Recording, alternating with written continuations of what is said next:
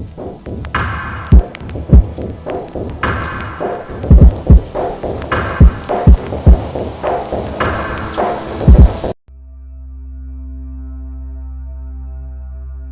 कहानी है एक 13 साल के बच्चे किशन की, जो उत्तराखंड के एक छोटे से गांव में अपने माता पिता के साथ रहता था। वो अपने नाना नानी से मिलने जाता है और उसके माता पिता को कुछ जरूरी काम होने के कारण वो उसे वहीं छोड़कर शहर जाते हैं। किशन अपने नाना नानी के साथ रहने लगा।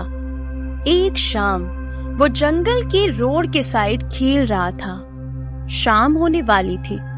उत्तराखंड की घाटी की खामोशी को ठंडी हवाओं के झोंके चीरने लगे थे। किशन घर की ओर जाने की सोच रहा था। इतने में ही उसके पीछे वाली झाड़ियों में कुछ हलचल होने लगी, जिसने किशन का ध्यान अपनी तरफ खींचा। और वो बहुत ही डरावनी और मन को भयभीत करने वाली आवाजें थी। वो आवाज धीरे धीरे बढ़ती चली गई। फिर उसे झाड़ियों की ओर से एक सफेद कपड़े पहनी हुई औरत उसकी ओर आती हुई दिखाई दी। और हैरानी की बात तो ये थी कि उस औरत का कोई चेहरा ही नहीं था। और किशन उसका चेहरा देखने की कोशिश कर रहा था, पर उसे उसका चेहरा दिखाई नहीं दे रहा था। उसकी डरावनी मुस्कान और उसकी बहुत ही ज्यादा डरावनी आवाज से किशन के पैर वहीं जम गए। किशन डर के मारे वहां से हिल भी नहीं पा रहा था। फिर अचानक वो औरत पीछे मुड़ गई और झाड़ियों के अंधेरे में कहीं गायब हो गई। किशन डर के मारे वहीं पर खड़ा होकर कांपने लगा। थोड़ी देर में वो होश में आया और अपने घर की तरफ भाग गया। कुछ देर तक किशन को अपनी आंखों पर और जो घटना उसने अभी देखी उस पर यकीन नहीं हो रहा था। उसकी हालत खराब होने लगी थी। रास्ते में चलते हुए किशन बस यही सोच रहा था कि उसके साथ जो कुछ भी हुआ वो उसे सबको कैसे बताएगा, कौन उसकी बातों पर यकीन करेगा। फिर ये सब सोचते सोचते किशन अपने घर पहुंच गया और वो उसके साथ हुई घटना को अपने नाना नानी को बताने लगा। उसके नाना नानी इस घटना को सुनकर हैरान तो हुए, लेकिन अचानक जोर जोर से रोने लगे। किशन अपने नाना नानी को इस तरह रोते हुए देखकर कुछ समझ नहीं पाया कि आखिर इन्हें क्या हुआ। कुछ देर बाद किशन की नानी ने उसे खाना खिलाया और उसके नाना बिना कुछ बताए ही घर से बाहर चले गए। अपने नाना नानी का इस तरह से रोना और फिर नाना का बिना बताए घर से बाहर चले जाना, किशन को कुछ भी समझ में नहीं आ रहा था कि आखिर ये सब कुछ क्या हो रहा है। हालांकि किशन ने अपनी नानी से बार बार इस बारे में पूछा, लेकिन उसकी नानी ने कुछ भी नहीं कहा। कुछ देर बाद उसके नाना घर वापस आ गए और किशन को गले लगाकर फिर से जोर जोर से रोने लगे। उसकी नाना ने उसे बताया कि जो उसने उस जंगल में देखा, मतलब जिस औरत को उसने उस जंगल में देखा, वो एक छलावा है। छलावा की आत्मा जो अपना रंग रूप बदलकर शिकार करती है। उस आत्मा ने गांव के बहुत सारे लोगों को अपना शिकार बनाया है और इस बार उसने तुम्हें शिकार के रूप में चुना है। वो आत्मा जिसे भी अपना शिकार बनाती है, उसे वो पहले से ही दिखाई देने लगती है। ये उस आत्मा की पहचान है। और जिसे वो अपने शिकार के रूप में चुनती है, उसे वो या तो गायब कर देती है या फिर उसे मार डालती है। वो किसी भी बहाने से उस इंसान को जंगल की ओर बुलाती है और फिर उस इंसान के साथ क्या होता है किसी को भी नहीं मालूम, और आज तक किसी को मालूम भी नहीं लगा है। आज तक उस आत्मा की नजर में जो भी आया है वो कभी बच नहीं पाया है। और किशन, उसका अगला शिकार तुम होने वाले हो। इतना कहकर किशन के नाना जी फूट फूट कर रोने लगे और अपने अंदर साहस पैदा करके किशन को कहने लगे, बेटा तुम्हें डरने की कोई जरूरत नहीं है, क्योंकि मैं पास के ही एक तांत्रिक से ये लोबान लेकर आया हूँ जो तुम्हारी उस बुरे साये से रक्षा करेगा। और मैंने तुम्हारे मम्मी पापा को भी फोन कर दिया है, वो कल यहाँ आ जाएंगे और तुम्हें यहाँ से ले जाएंगे। ये कहकर किशन के नाना जी ने वो लोबान कमरे के कोने में जला दिया।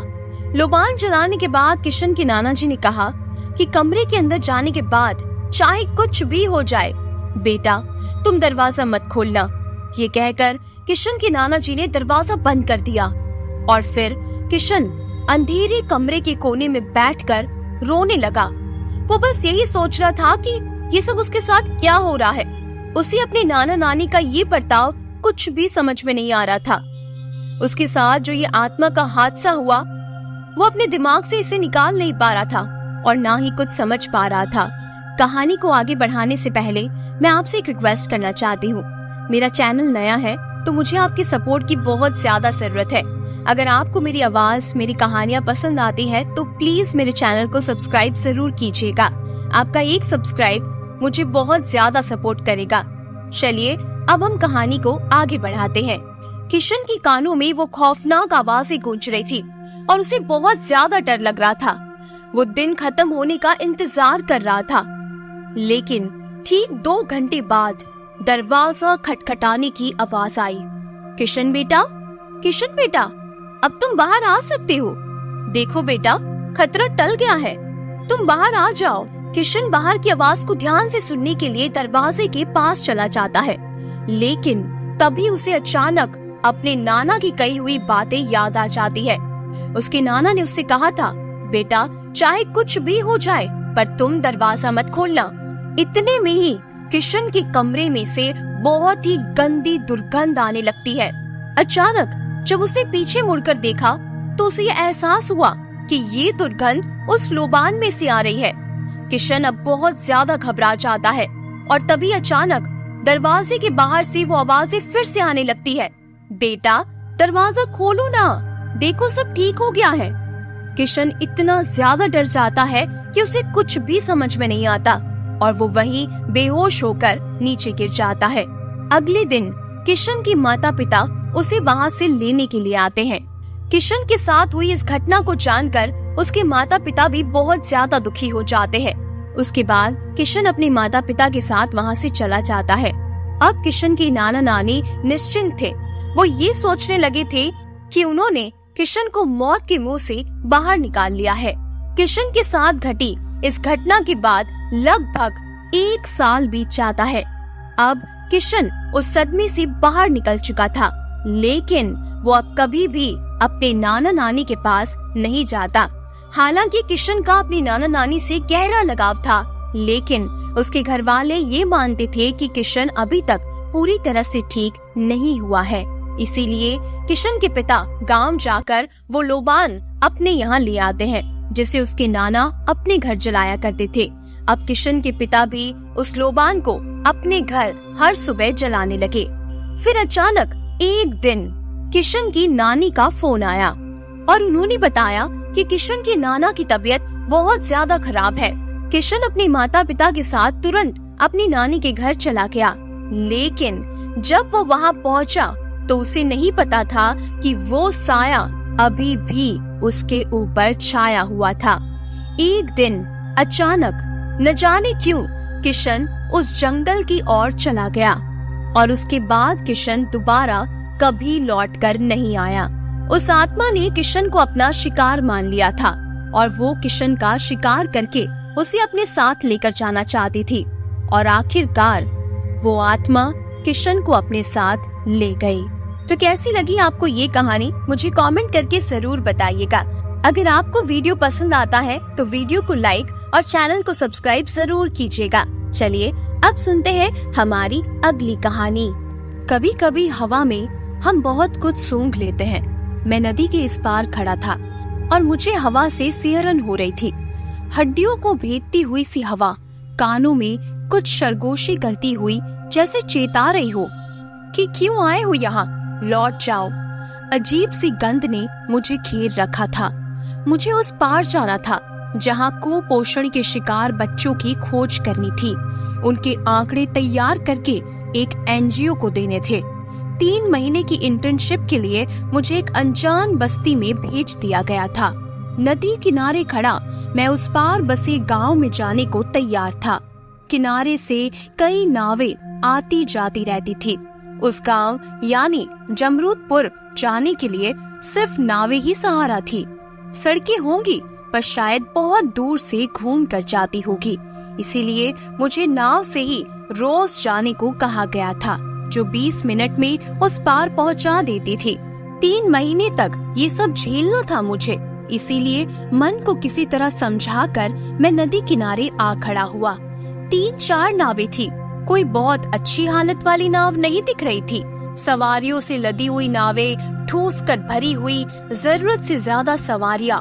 चेतावनी के बावजूद नाव वाला नहीं मानता था और सवारियां भी नहीं मानती थी। मई का महीना था, प्रचंड गर्मी थी, शायद इसीलिए नदी का दामन भी पानी से खाली था। नदी का पाट बहुत चौड़ा था, दूर से नदी नहीं नद की तरह दिखाई देती थी। पहले ही दिन कुछ अजीब सा घटा, जो बाद में रूटीन बन गया।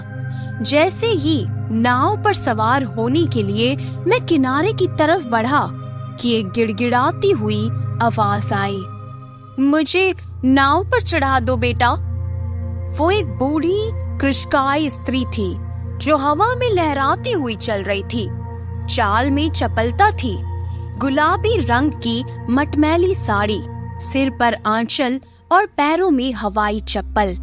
वो जब पास आई तो मैंने देखा हाथ और चेहरे सब पर झुर्रियां लटकी हुई थी। उसका रंग साफ था, आंखों में चमक थी। अमूमन इस उम्र तक ऐसी चमक नहीं देखी कहीं। खैर मुझे क्या, उसने अपना हाथ बढ़ाया, मैंने उसका हाथ थाम लिया और उसे लेकर नाव पर चढ़ गया। मैं नाव के किनारे खड़ा होकर नदी को देखने लगा। वो बूढ़ी औरत न जाने किधर सवारियों की भीड़ में कहीं खो सी गई। जब मैं उस पार उतरा तो किनारे पर ही एक चाय की दुकान मिल गई। सोचा वहीं बैठकर पहले गांव के बारे में जानकारी बटोरी जाए, फिर आगे बढ़ा जाए। चाय वाला अधेड़ था जो शांत भाव से चाय बनाता और एक छोटा बच्चा सबको कुल्हड़ में चाय पकड़ाता। सुबह सुबह चाय पीते हुए दिव्य ज्ञान की प्राप्ति होती है, ऐसा मेरा मानना है। मैंने स्थानीय लोगों से बातचीत करना शुरू कर दिया, लेकिन जवाब के बदले सबकी नजरें गांव की तरफ घूम जाती, जैसे वहाँ कोई खड़ा हो या इशारे से कुछ भी बोलने को मना कर रहा हो। मैं हैरान रह गया, ऐसा क्या पूछ लिया मैंने। नदी किनारे से सटा हुआ गांव घने वृक्षों से घिरा हुआ था। ताड़ के लंबे पेड़ कतार में दिखाई दे रहे थे। सब कुछ एक रहस्यमयी आवरण में लिपटा हुआ प्रतीत हो रहा था। मुझे लगा यहाँ कोई जानकारी हासिल नहीं होगी, गांव के भीतर चला जाए। गांव वालों के अजीबोगरीब व्यवहार और रहस्यमयी माहौल के बावजूद मैं अपने काम में मन लगाने की कोशिश करने लगा। शाम को अंतिम नाव से कस्बे की तरफ मैं लौटा, जहां शहरी सुविधाओं वाला एक छोटा सा कमरा मेरा इंतजार करता था। सारा काम ठीक से ही हो रहा था, बस एक ही घटना रोज होने लगी थी, इसीलिए अब मैं परेशान होने लगा। रोज वही बूढ़ी स्त्री मिलती, सारी सवारियां चढ़ जाती तो वो अंतिम सवारी समझकर मेरे पास आती। मैं रोज यही करता और एक दिन मैं ऊब गया। मैंने उसे कह दिया, कोई और नहीं मिलता क्या? मेरे ही गले क्यों पड़ी रहती हो? बिना मेरी बात और झुंझलाहट पर ध्यान दिए उसने हाथ आगे बढ़ा दिया, हमेशा की तरह। नाव पर चढ़ाने के लिए वो किसी से नहीं कहती सिवाय मेरे। मैं उसे साथ लेकर नाव पर चढ़ता और उसके बाद वो भीड़ में कहीं गुम हो जाती और मैं भी अपने में खो जाता। वो रोज मिलती, जैसे वो मेरा ही इंतजार करती हो। 2 महीने ऐसे ही निकल गए। मैंने भी इस स्थिति को स्वीकार कर लिया, या यूं कहे कि ये मेरी आदत में शामिल हो गई थी। मौसम बदल रहा था, 3रा महीना लग गया था, मानसून आ गया था।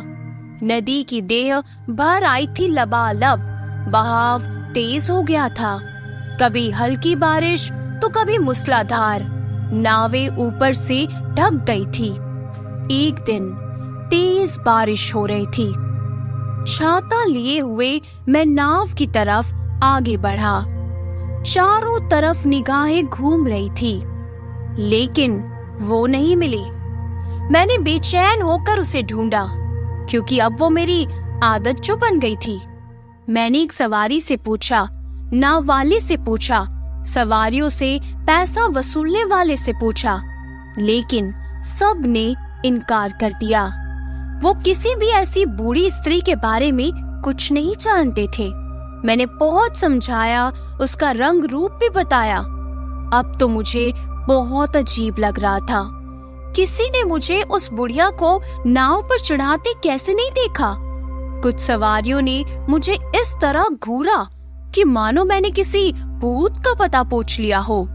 हार कर मैंने पूछना ही बंद कर दिया और मैं उस स्त्री को भूलने की कोशिश करने लगा।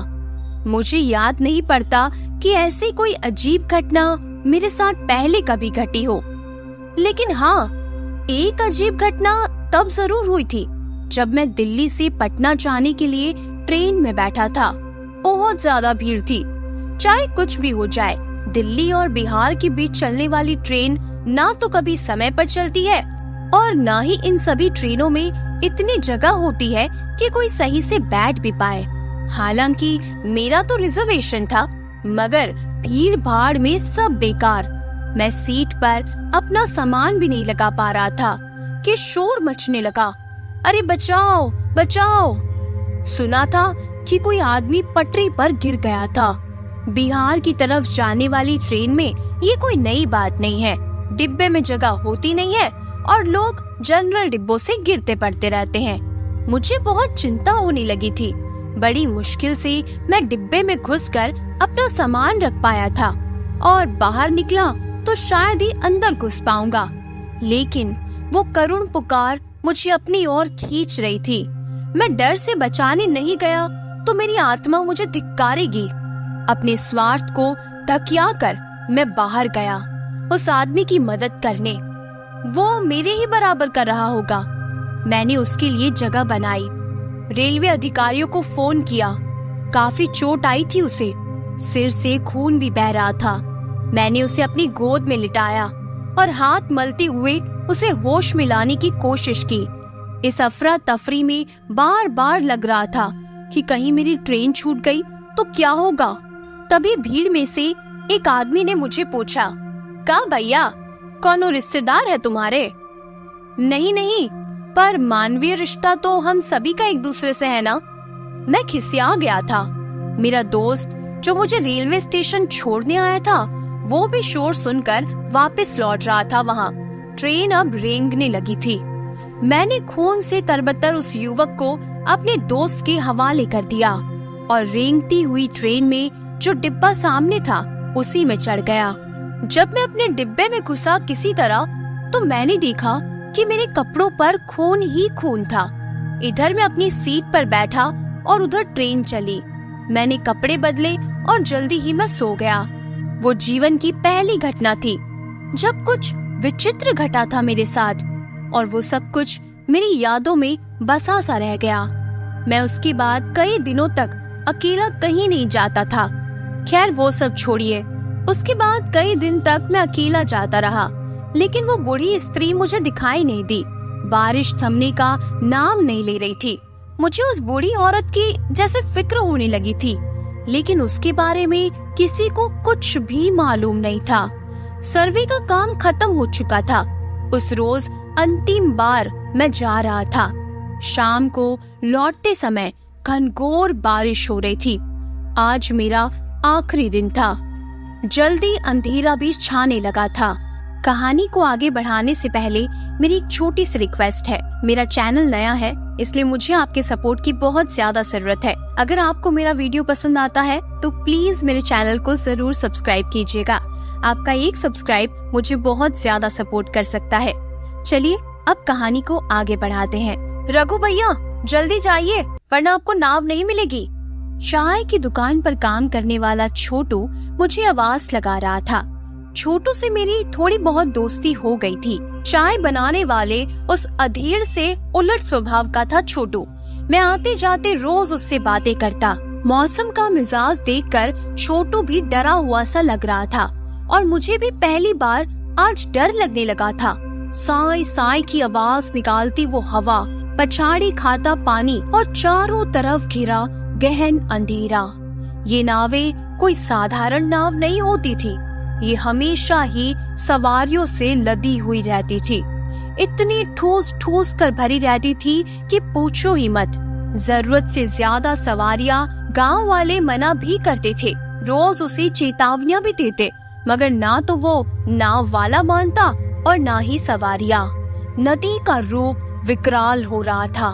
मैं किनारे पर तो पहुंच गया था, मगर मुझे एक भी खाली नाव नहीं मिली थी। उस शाम की वो आखिरी नाव थी। मुझे भी पार जाना था, मगर मेरे गिड़गिड़ाने पर भी मुझे नाव पर उसने नहीं चढ़ने दिया। अब किनारे पर कोई नहीं बचा था। अब मैं क्या करूँगा? मैं बहुत ज्यादा चिंता करने लगा। नाव वाले को शायद मेरी ऐसी हालत देखकर मुझ पर दया आ गई। उसने अपना हाथ हिलाया और मैं खुश हो गया। वो नाव में बुलाने का संकेत कर रहा था। मेरी जान में जान आई और मैं अपनी पूरी ताकत लगाकर दौड़ता हुआ पानी में घुसने ही जा रहा था कि कोई मुझसे जोरदार टकराया और मैं अचेत होकर वहीं गिर पड़ा। और तभी नाव पौ पौ करती हुई दूर निकल गई। मेरा शरीर निचुड़ा हुआ सा लग रहा था, जैसे मेरे शरीर में जरा भी ताकत नहीं बची हो। मैं बहुत मुश्किल से उठा। मैं पूरा गीला हो चुका था और बारिश की वजह से मुझे कुछ भी दिखाई नहीं दे रहा था। मेरी आंखों के सामने पानी था, बारिश थी और तभी अचानक मेरी आंखों ने उसी मटमैली साड़ी को देखा। वही बूढ़ी औरत मुझे किनारे की तरफ खींच रही थी। वो लगभग मुझे खींचते हुए ही चाय की दुकान तक ले गई। जाने उसमें कहां से इतनी ताकत आ गई थी कि वो मुझे घसीट पाई। आंखों के आगे जैसे कोई चलचित्र सा चल रहा था और अचानक रेलवे स्टेशन का वाकया मेरी आंखों के सामने आ गया। मैं कुछ पूछना चाहता था, बहुत से सवाल मेरे मन में उठ रहे थे, पर उसे देखकर मैं इतना चकित था कि मेरे शब्द कहीं खो से गए थे। वो तो रोज आती जाती थी, रोज लौटती थी, जाने क्यों और कहां, और मैंने उससे पूछा भी नहीं कभी। यहाँ इस समय मैं उठकर कुछ पूछना चाहता था कि नजरें नदी की तरफ अफसोस से उठी। नाव आंखों से ओझल हो चुकी थी। एक तरफ नाव जा रही थी और मेरी आशाएं भी धूमिल होती जा रही थी। हे भगवान, अब मुझे आज यही रात काटनी होगी। बारिश का तांडव चालू हो चुका था। इस छोटे से गांव में जहां गिने चुने घर थे, मैं कहां जाऊंगा?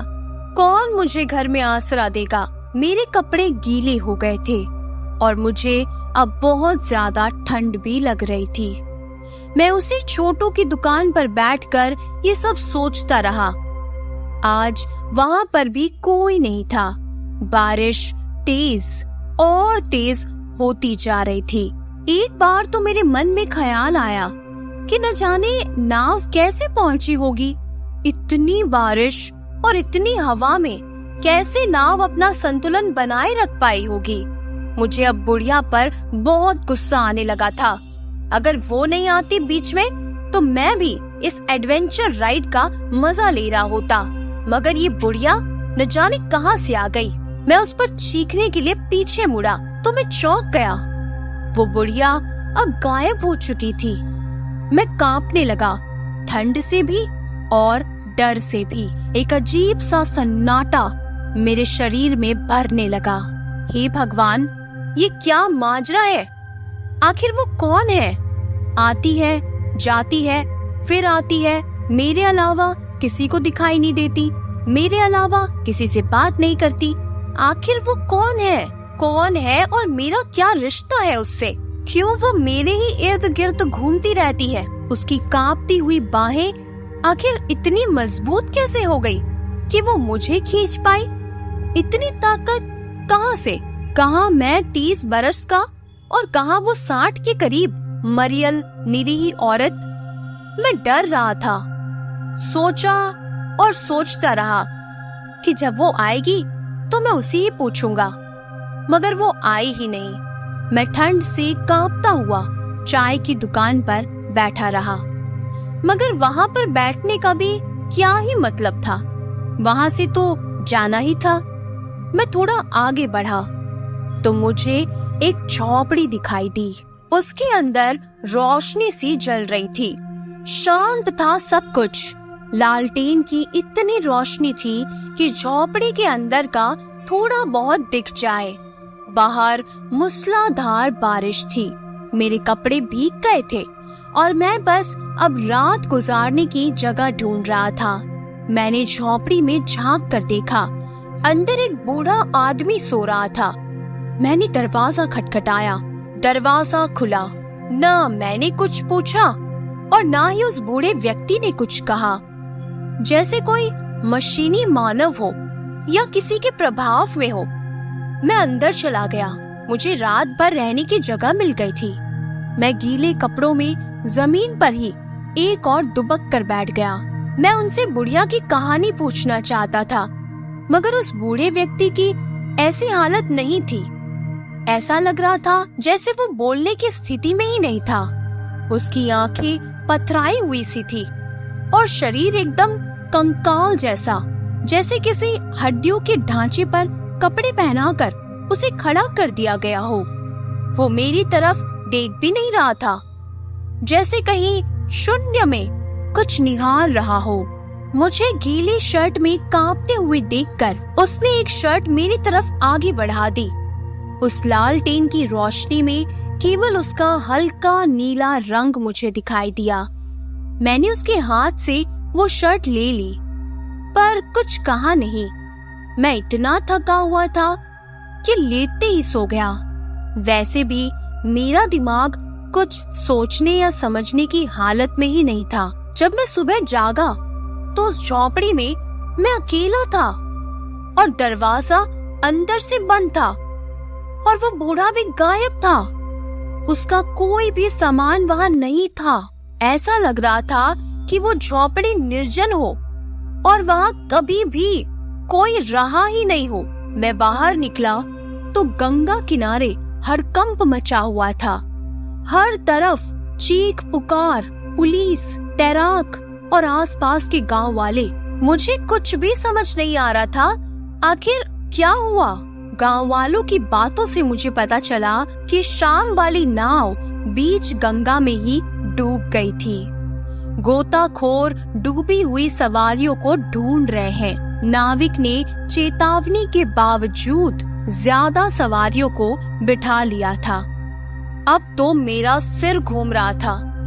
मैं यही सोच रहा था कि उस बुढ़िया ने मुझे बचाया, मगर क्यों? और मेरे शरीर पर ये मेरी शर्ट वापस कहां से आ गई? कल तो मैंने रात में बदली थी। मैं वापस उसी झोपड़ी की तरफ भागा, लेकिन झोपड़ी खाली थी। एक कोने में सूखी लालटेन थी, जैसे कई महीने से इसमें तेल ही ना हो, मगर कल ही रात वो जली है। रघु सर जी, अच्छा हुआ जो रात को आप नहीं गए, वरना आप भी नदी में समा गए होते। छोटू दातुन करता हुआ बोल रहा था। लेकिन मैं उससे क्या कहूँ कि मुझे उस बुढ़िया ने बचाया।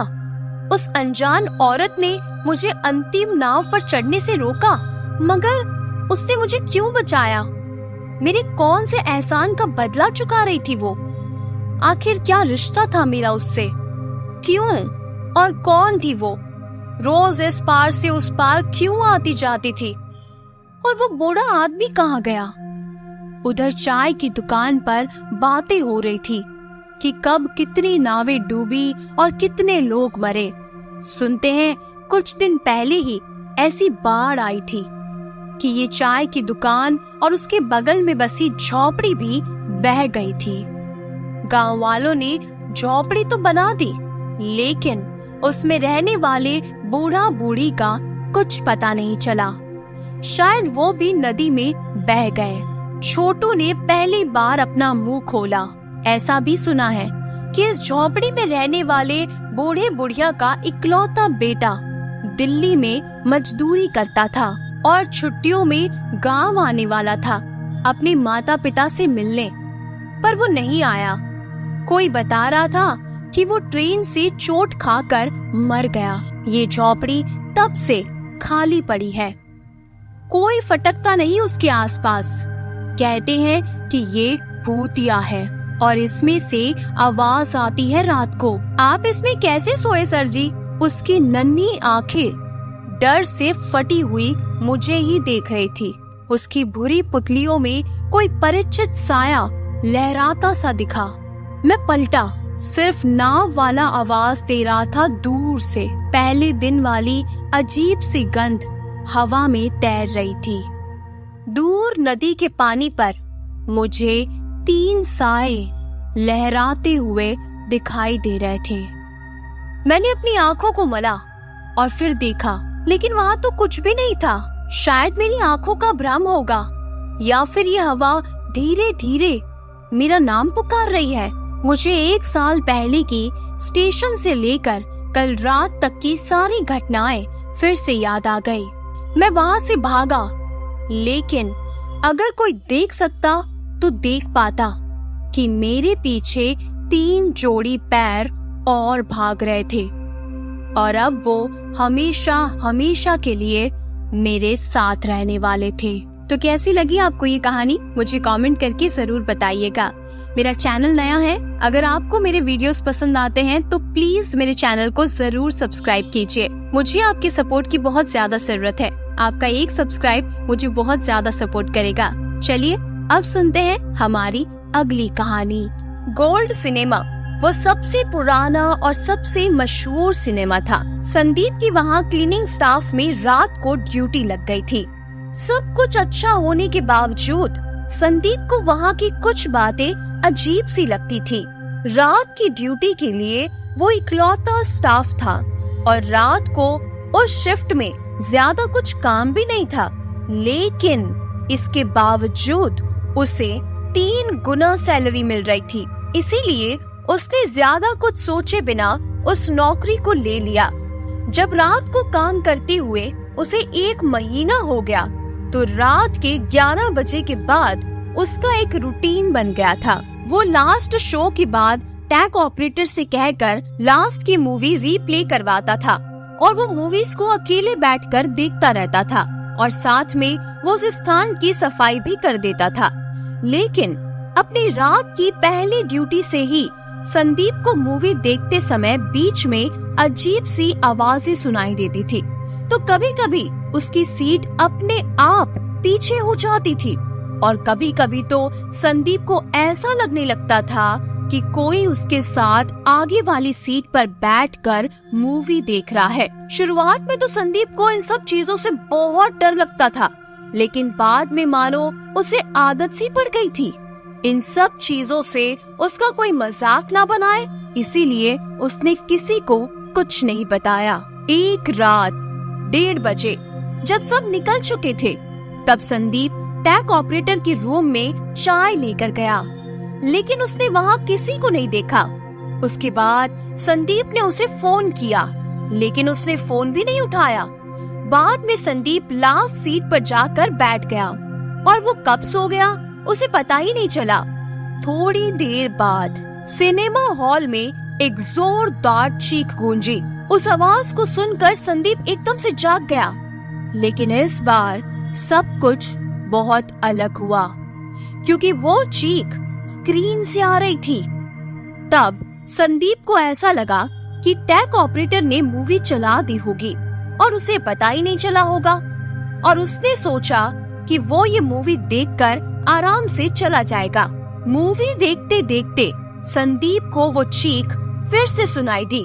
तब तक संदीप को आदत सी हो गई। उसे लगा कि ऐसे ही कोई चीख रहा होगा मूवी में। उसके बाद उसे ऐसा लगा जैसे कोई दर्द से तड़प रहा है। उसने अचानक से पीछे मुड़कर देखा तो वहाँ पर कोई भी नहीं था। अब संदीप को थोड़ा अजीब सा लगा और संदीप फिर से स्क्रीन की तरफ देखने लगा। उसके बाद उसके आगे वाली सीट पर उसने किसी व्यक्ति को बैठा हुआ देखा और अचानक फिल्म स्क्रीन बंद हो गई। डरते डरते संदीप ने उस आगे बैठे व्यक्ति को आवाज लगाई, लेकिन उसने कोई जवाब नहीं दिया। तभी संदीप ने उस व्यक्ति के कंधे को छुआ और जैसे ही उसका हाथ उस आदमी के ऊपर पड़ा, संदीप बहुत ज्यादा घबरा गया, क्योंकि अब वो व्यक्ति अचानक से पीछे मुड़कर संदीप को देखने लगा और उसकी वजह से संदीप की चीखें निकल गई। उस व्यक्ति का चेहरा पूरी तरह से जला हुआ था और वो व्यक्ति बहुत ही ज्यादा डरावना लग रहा था। संदीप अचानक से खड़ा हो गया और उस हॉल से जल्दी बाहर जाना चाहता था। वो भागने के लिए तैयार हुआ, लेकिन उसके पैर एक जगह से हिल भी नहीं रहे थे। वो अपने पैरों को देखकर बहुत ज्यादा ही डर गया, क्योंकि उस व्यक्ति ने अपने हाथों से संदीप के पैर पकड़ रखे थे। कुछ अजीब से चेहरे उसके सिर को पकड़कर चबा रहे थे। संदीप को जो चीखें सुनाई दे रही थी, अब वो उस हॉल के अंदर गूंजने लगी। उसे ऐसा लगा कि ये सारी चीखें उसी की ओर आ रही है। संदीप अब सुन्न पड़ गया और उसके पसीने छूटने लगे। उसे कुछ भी समझ नहीं आ रहा था कि आखिर उसके साथ ये सब क्या हो रहा है। देखते ही देखते हॉल के अंदर संदीप को वैसे ही बहुत सारे लोग दिखाई देने लगे, जैसा व्यक्ति उसके आगे बैठा था, और अब वो सारे व्यक्ति संदीप की ओर आगे बढ़ने लगे। वो लोग संदीप के शरीर को छूने लगे, लेकिन संदीप कुछ भी नहीं कर पा रहा था। वो जोर जोर से मदद के लिए पुकार रहा था। तभी अचानक से एक व्यक्ति ने संदीप का नाम लेकर पुकारा, जिससे उसने अपनी आंखें खोली और उसके सामने हॉल का डायरेक्टर खड़ा था। वहाँ पर सब कुछ नॉर्मल था। जो संदीप को हॉल के अंदर व्यक्ति दिखाई दे रहे थे, वो सब गायब हो चुके थे। स्क्रीन के ऊपर सिर्फ फिल्म चल रही थी, मगर संदीप पसीने से भीगा हुआ और बहुत ज्यादा घबराया हुआ था। तब अचानक से हॉल के डायरेक्टर ने उसे शांत करवाया। डायरेक्टर ने बताया कि जब मैं हॉल में आया तो संदीप पूरा झटपटाया हुआ सा लग रहा था। फिर संदीप ने सारी घटना डायरेक्टर को बताई। तब डायरेक्टर ने उसे कहा कि आपने कुछ बुरा सपना देख लिया होगा। संदीप ने सोचा कि हाँ, शायद मैंने कोई बुरा सपना ही देखा होगा। फिर संदीप अपने घर आ गया, लेकिन जैसे ही उसने कांच में अपने आप को देखा तो उसके पूरे शरीर को नोच रखा था। ये सब कुछ देखकर संदीप अब पूरी तरह समझ गया कि उसने जो कुछ भी देखा वो कोई बुरा सपना नहीं था। गोल्ड सिनेमा से घर पर जाते जाते उसने देखा कि सुबह के 5 बजे एक बूढ़ा आदमी वहाँ पर चाय बेच रहा था। संदीप उस चाय वाले व्यक्ति के पास गया और उसने उसे सारी घटना बताई कि कल रात उसके साथ क्या क्या हुआ। तभी वो बूढ़ा व्यक्ति सब कुछ समझ गया और उस बूढ़े व्यक्ति ने संदीप को बताया कि आज से 30-40 साल पहले उस हॉल के अंदर आग लग गई थी और उसी के अंदर कई सारे लोग जलकर मर गए थे। तब से कुछ लोगों का मानना है कि गोल्ड सिनेमा के अंदर करीबन 40 व्यक्तियों की आत्मा भटक रही है। संदीप से पहले उस सिनेमा हॉल में ड्यूटी करने के लिए जो भी लोग आते थे, वो सब अपनी ड्यूटी को छोड़कर भाग गए थे। संदीप ने जैसे ही ये कहानी सुनी, उसने भी वो नौकरी वहाँ से छोड़ दी। संदीप को लगा कि उस रात वो मौत के मुंह से बाहर निकल कर आया है। उसके साथ हुई ये दिल दहला देने वाली घटना को संदीप अपनी जिंदगी में कभी भुला नहीं पाया। तो कैसी लगी आपको ये कहानी, मुझे कमेंट करके जरूर बताइएगा। मेरा चैनल नया है तो मुझे आपके सपोर्ट की बहुत ज्यादा जरूरत है। अगर आपको मेरा वीडियो पसंद आता है तो मेरे चैनल को जरूर सब्सक्राइब कीजिए। चलिए अब सुनते हैं हमारी अगली कहानी। मेरा नाम दीपक है और मैं दिल्ली का रहने वाला हूँ। ये घटना मेरे साथ 4 साल पहले हुई थी। मैं अपनी पत्नी के साथ शिमला जा रहा था। हम चंडीगढ़ से होते हुए शिमला की तरफ जा रहे थे। सड़कों से होते हुए जैसे ही पहाड़ी इलाका शुरू हुआ, ये देखने लायक तो था, लेकिन गाड़ी चलाने में काफी परेशानी हो रही थी। शायद मैंने कभी पहाड़ों पर गाड़ी नहीं चलाई, इसी कारण मुझे डर सा लग रहा था। समय भी शाम का था, तो ऐसी शाम पहाड़ों को देखकर अजीब सा लग रहा था। पहले तो मैं गूगल मैप की मदद से गाड़ी चलाता रहा, लेकिन बाद में नेटवर्क भी जा चुका था। अब मुझे गाड़ी चलाने में बहुत मुश्किल हो रही थी। साइन बोर्ड को देखकर मैं गाड़ी चला रहा था, लेकिन मिनटों में जैसे वहाँ बादल से आ गए, हल्की हल्की आंधी भी चल रही थी। तो अब सड़क देखने में मुझे बहुत परेशानी हो रही थी। वहाँ और भी कई गाड़ियाँ जा रही थी, तो मैं भी उनके पीछे ही चल पड़ा। एक सफेद गाड़ी आगे जा रही थी, मैं उसके पीछे पीछे जा रहा था। कोई साइन बोर्ड नहीं आ रहा था, इस कारण पता भी नहीं चल रहा था। मैं बार बार अपने फोन को देख रहा था, कहीं तो नेटवर्क आ जाए तो पता चले कि हम जा कहाँ रहे हैं। तभी हवा का एक झोंका सा आया, जिसके साथ बहुत सी मिट्टी थी। जब मिट्टी हटी, आगे वाली गाड़ी शायद आगे निकल गई। मैंने गाड़ी तेज करनी चाहिए ताकि मैं उसके पीछे जा सकूं, पर आगे तो कोई गाड़ी थी ही नहीं। अब बहुत ज्यादा अंधेरा भी हो गया था, मैं भी थक गया था। यहाँ रास्ते पर ना तो कोई गाड़ी दिख रही थी और ना ही कोई होटल या रेस्टोरेंट।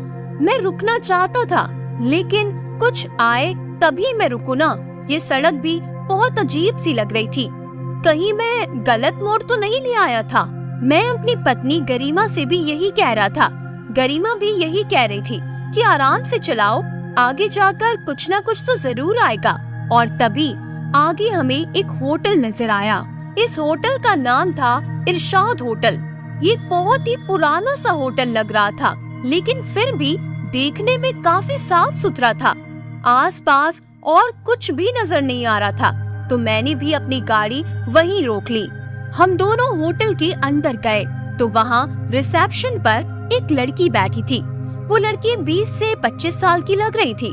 उसने मुस्कुराकर हमें हेलो कहा, हम दोनों ने भी उसे हेलो कहा। उसके बाद मैंने उससे सबसे पहले यही पूछा कि हम शिमला से कितने दूर हैं। उस लड़की ने पहले थोड़ा सा मुस्कुराया और उसके बाद उसने कहा, शायद आप गलत रास्ते पर आ गए हैं। ये हाईवे से अलग है, लेकिन ये रास्ता भी आगे मेन रोड पर लगता है, लेकिन रास्ता थोड़ा खराब है। अच्छा यही होगा कि आप सुबह यहाँ से जाए। मैंने गरिमा की तरफ देखा, मैं उसका जवाब जानना चाहता था।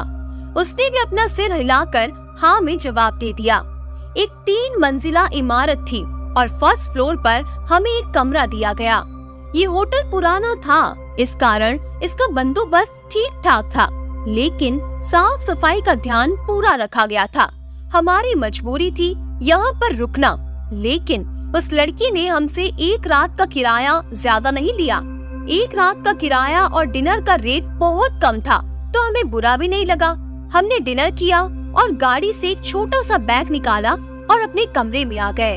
हम दोनों कमरे में बैठकर बस बातें कर ही रहे थे कि तभी दरवाजा खटखटाने की आवाज आई। मैंने दरवाजा खोला तो बाहर कोई नहीं था। मैंने दरवाजा बंद किया और मैं अंदर आ गया। मैं सोच रहा था शायद साथ वाले कमरे से कोई होगा। थोड़ी देर बाद दोबारा किसी ने दरवाजा खटखटाया। मैंने बाहर जाकर देखा तो फिर से बाहर कोई नहीं था। पास वाले कमरे से किसी के चलने की आवाज आ रही थी। अब मुझे ऐसा लगने लगा कि कोई कमरे के बाहर से शरारत कर रहा है। मुझे अब गुस्सा भी आने लगा, लेकिन मैं अंदर आ गया। काफी देर तक ऐसे ही शांति रही, लेकिन फिर किसी ने दरवाजा खटखटाया।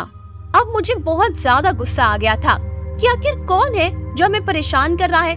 मैं बाहर गया और उस कमरे का दरवाजा खटखटाने लगा, लेकिन अंदर से कोई आवाज नहीं आ रही थी। लेकिन मैं दरवाजा खटखटाए जा रहा था। मैं जानना चाहता था कि कौन है जो इस तरह मुझे परेशान कर रहा है। बहुत देर तक दरवाजा खटखटाने के बाद भी जब कोई बाहर नहीं आया तो मुझे और ज्यादा गुस्सा आने लगा। मैं सीधा रिसेप्शन पर गया। वहाँ पर वही लड़की बैठी हुई थी। मैंने उससे कहा, बार बार कोई मेरा दरवाजा खटखटा रहा है, हमें तंग कर रहा है। वो शायद मेरे बाजू वाले कमरे से है। वो लड़की मुस्कुराई और उसने कहा, सर वहाँ से कोई नहीं आ सकता। तो मैंने गुस्से में कहा, उसी कमरे से होगा, मुझे आवाज भी आई थी। लेकिन वो लड़की कह रही थी वहाँ पर कोई नहीं है सर। मुझे पूरा शक था कि वो उसी कमरे से था, तो मैं उस लड़की को वहाँ पर ले गया। उस लड़की के पास उस कमरे की चाबी थी। उसने मेरे सामने वो कमरा खोला तो मैं हैरान था। वो कमरा तो अंदर से टूटा हुआ था। वहाँ पर इतनी ज्यादा मिट्टी थी कि कोई अंदर जाता तो पैरों के निशान छपे होते, जैसे हमारे पैरों के निशान उस मिट्टी पर छप गए थे। मैं खुद हैरान था, ऐसा कैसे हो सकता है? मैंने खुद इस कमरे से आवाज आती हुई सुनी थी, मुझे पूरा यकीन है। अब मैंने उससे कहा, देखो इस कमरे से नहीं तो दूसरे किसी कमरे से आया होगा वो, पर वो हमें परेशान कर रहा है, मैंने कहा ना तुमसे। अब वो लड़की फिर से मुस्कुराने लगी। उसने कहा कि उस सुनसान रास्ते पर तो कम ही लोग आते हैं, कभी कभार कोई रास्ता भटक कर आ जाता है। आपके सिवा इस पूरे होटल में कोई नहीं है सर। इस बात को सुनकर मैं खुद बहुत हैरान था कि सच में ये सड़क वीरान है, यहाँ पर कोई नहीं आता होगा। लेकिन हमारा दरवाजा तो किसी ने तो खटखटाया ही था। लेकिन उस लड़की का बस एक ही जवाब था कि आपके सिवा यहाँ पर कोई नहीं है। अब मैं क्या कह सकता था? मैंने उससे यही कहा कि तुम भी तो यहाँ हो।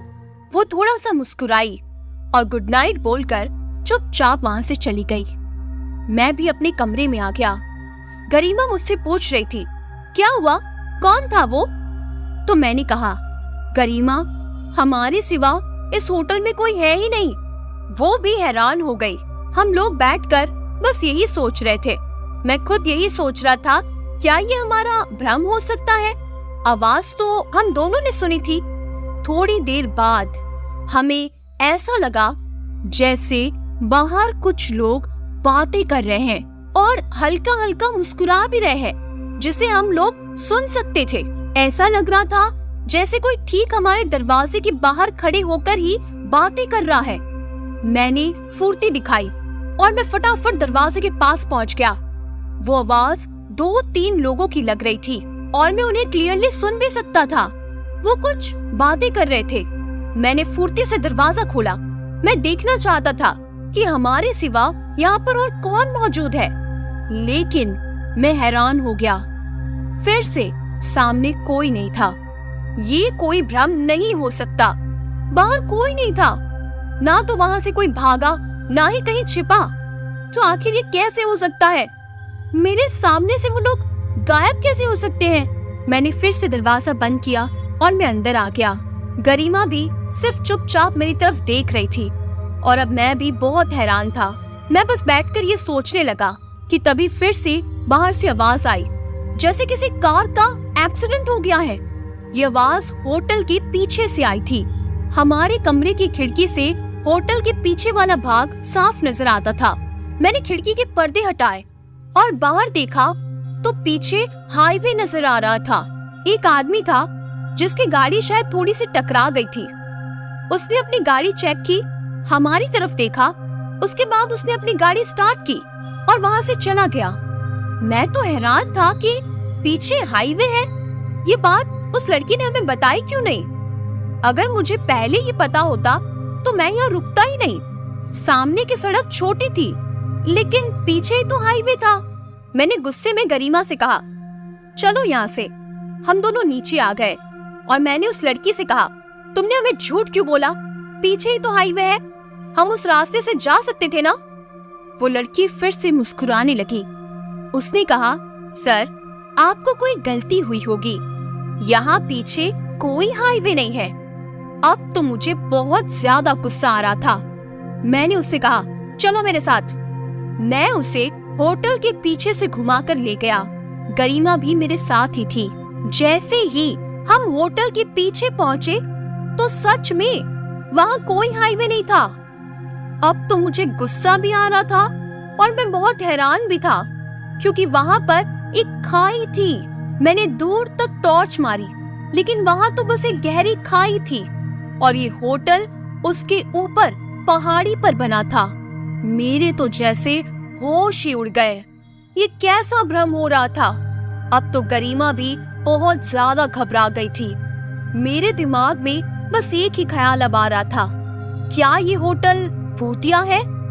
अगर ऐसा है तो कहीं मैं पागल ना हो जाऊं। मैं यहाँ नहीं रुक सकता था।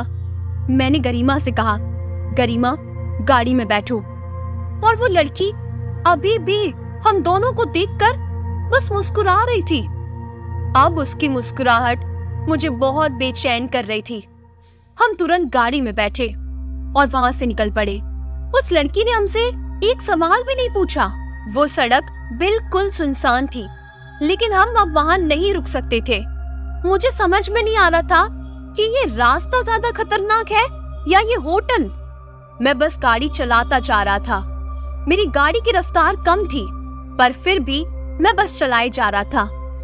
तभी मेरी गाड़ी की हल्की सी टक्कर हुई। मेरी गाड़ी रुकी तो ये हाईवे था। मैं हैरान था, हम हाईवे पर कब आए? अभी तो सड़क थी। मैं गाड़ी से बाहर आया और मैंने गाड़ी को आगे से देखा तो शायद हल्की सी खरोंच आई थी। और जैसे ही मैंने सड़क की एक तरफ देखा तो वहां पर वही पुराना होटल था। ये बिल्कुल वैसा ही था जैसा हमारे कमरे के पीछे से दिखाई दे रहा था। ये होटल का पीछे वाला हिस्सा था। अब मेरी घबराहट बहुत ज्यादा बढ़ गई थी। आप खुद सोच सकते हैं, अगर आप मेरी जगह होते तो आप कैसा महसूस करते। जब मैंने होटल की पहली मंजिल पर देखा तो वहां पर खिड़की पर लाइट जल रही थी और जैसे मेरे जैसा ही कोई लड़का मेरी तरफ देख रहा था। मैंने घबराहट में गाड़ी स्टार्ट की और वहां से निकल गया। मैं डर से पागल हो रहा था और गरिमा इतनी ज्यादा डर चुकी थी कि वो तो सदमे में चली गई। आगे हमें शिमला का साइन बोर्ड दिखा जो कि 24 किलोमीटर की दूरी पर था। हम जल्द से जल्द अब शिमला पहुंचना चाहते थे, लेकिन दिमाग में बस वही होटल चल रहा था। मैंने इस बात को जिसे भी बताया, किसी ने मेरा यकीन नहीं किया। मुझे नहीं पता कि आप लोग भी यकीन कर पाओगे या नहीं, लेकिन सच मानिए ये मेरा भ्रम नहीं था, ये हकीकत था। आप खुद सोचिए, अगर आप दीपक की जगह होते और आपके साथ ये सब कुछ हुआ होता तो आपको कैसा लगता? चलिए, आपको ये कहानी कैसी लगी मुझे कमेंट करके जरूर बताइएगा। मेरा चैनल नया है तो मुझे आपके सपोर्ट की बहुत ज्यादा जरूरत है। अगर आपको मेरा वीडियो पसंद आता है तो प्लीज मेरे चैनल को सब्सक्राइब भी कीजिएगा। आपका एक सब्सक्राइब मुझे बहुत ज्यादा सपोर्ट करेगा। ऐसी ही और भी भूतिया, डरावनी और रहस्यमय कहानियों को सुनने के लिए मेरे चैनल से जुड़े रहिएगा।